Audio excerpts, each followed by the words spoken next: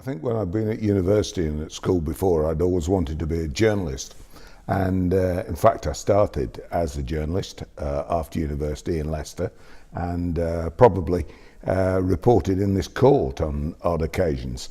But after a year, I felt that that wasn't really entrepreneurial enough for me. I think what I'd underestimated was that I came from a background where business was always a subject of discussion. My grandfather had started a business in Leicester during the Second World War. My father had taken it over, and business talk was always in the house.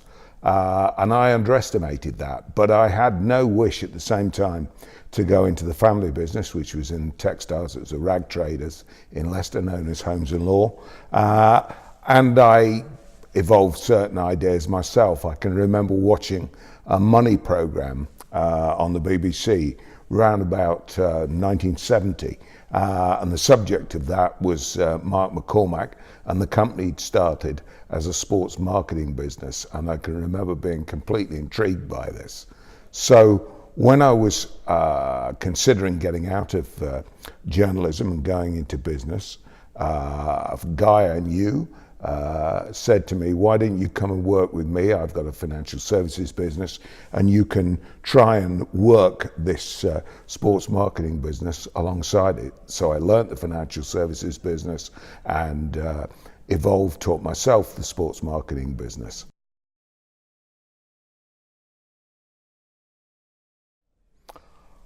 I wasn't planning to sell, and then I was approached by some guys who came from America, had found out about me. They took me for coffee and said, "We know all about you. We are expanding into Europe. We are a television and sport business, and we believe your experience would be right to lead that business in Europe." And I said, "But I don't want to sell. I've got a job. I don't need a job.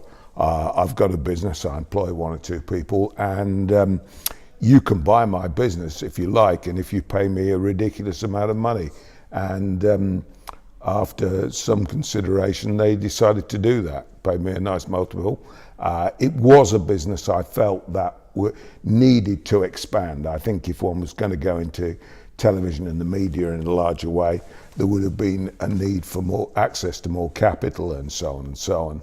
And obviously, in many ways, we were behind the Americans in terms of developing sports marketing and certainly television.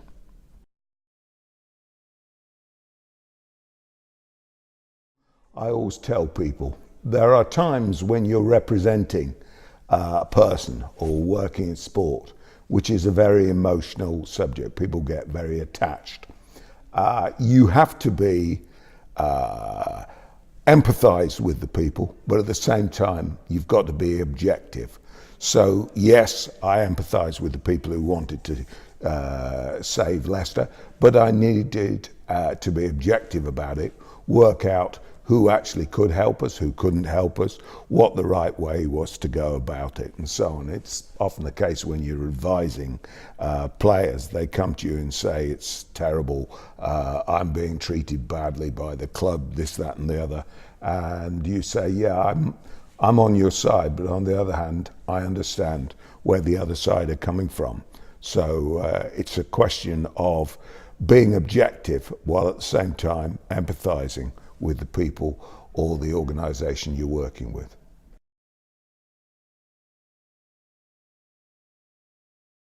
Well, the opportunities now are clearly in digital media and social media, which completely didn't exist when I was there. I mean, actually, agents for sportsmen virtually didn't exist in this country. And I can remember a lot of people in Leicester thought I was crazy doing this. "Your father's got a perfectly good business.